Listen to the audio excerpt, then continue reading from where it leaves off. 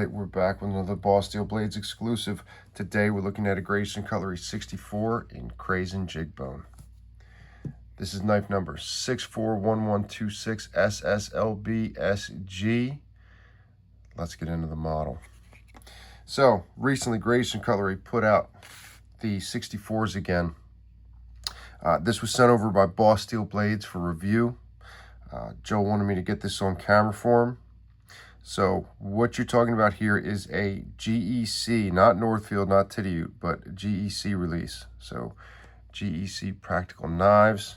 What we're talking about here is a satin finish blade, cut swedge, fluted bolsters, heavily fluted, and Kraisin jig bone with the acorn shield and a butt cap on it. So the 64 is a large locking knife with a swing guard. Swing guard being here. And if you've never seen how one of these functions, see that? So it's attached to the blade. The two sides are independent. There's one screw in between, and the swing guard stays against the pivot, against the head of the knife.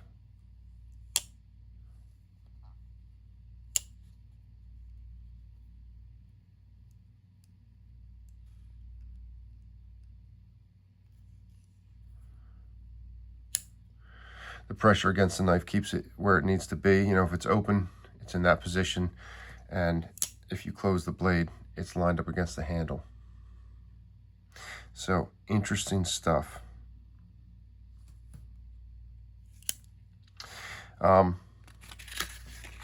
Let's look.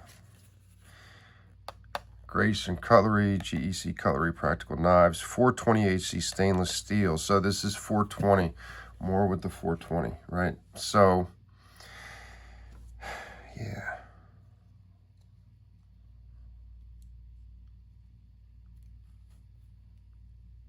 So we've got Great Eastern Cutlery, Titusville, PA, and 641126SS for stainless steel.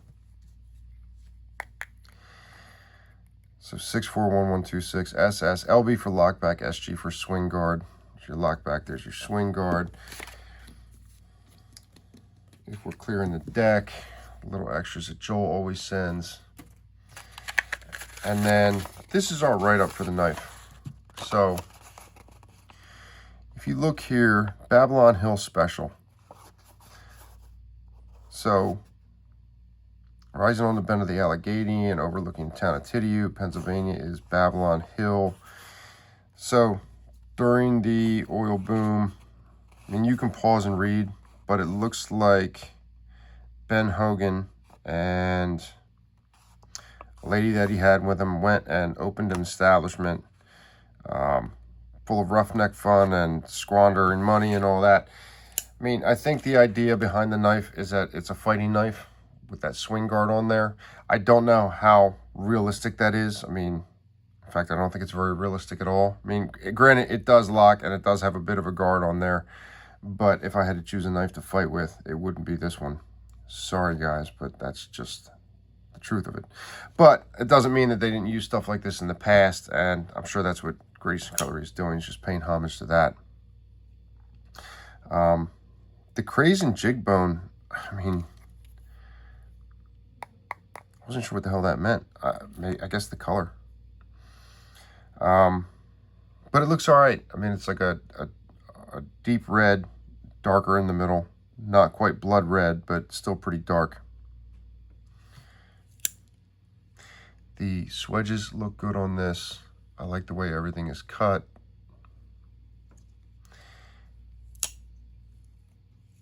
The lockback snaps really nice.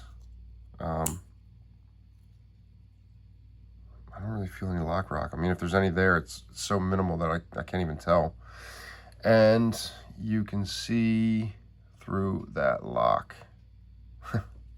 So I dig that. That's old school. At least it comes off that way to me. Almost looks like we've got some extra pins in this one from what you normally see. But They all look good. Some are, well, maybe none are flush. Not with this jig bone. But they all look good. Looks like they did a good job with all of them.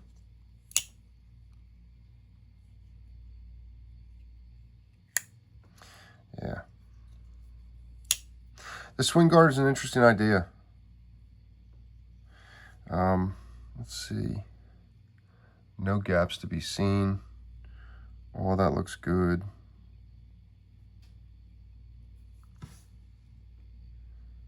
Spring termination looks good on that. And this is a large knife. I mean, as far as knives go, and I mean, I guess if the idea is that you would fight with it, you would want it to be. But, I mean, the territory we're talking about here is like bullbuster territory. You know, if we bring it in against something like a 15, it dwarfs the 15. It's just much bigger. So, but bullbuster, that's kind of where we're at. It's large, the large end of GECs.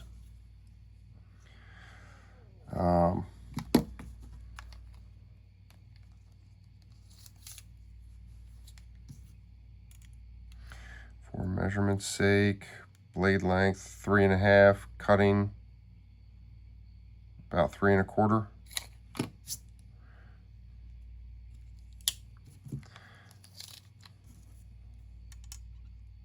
And total handle length just under 4.5.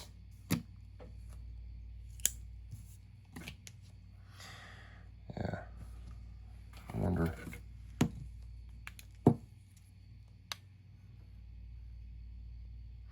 Almost nothing. A little bit there, but very, very little. But it looks like Great Eastern Cutlery did a good job with these. Interesting, the history on it.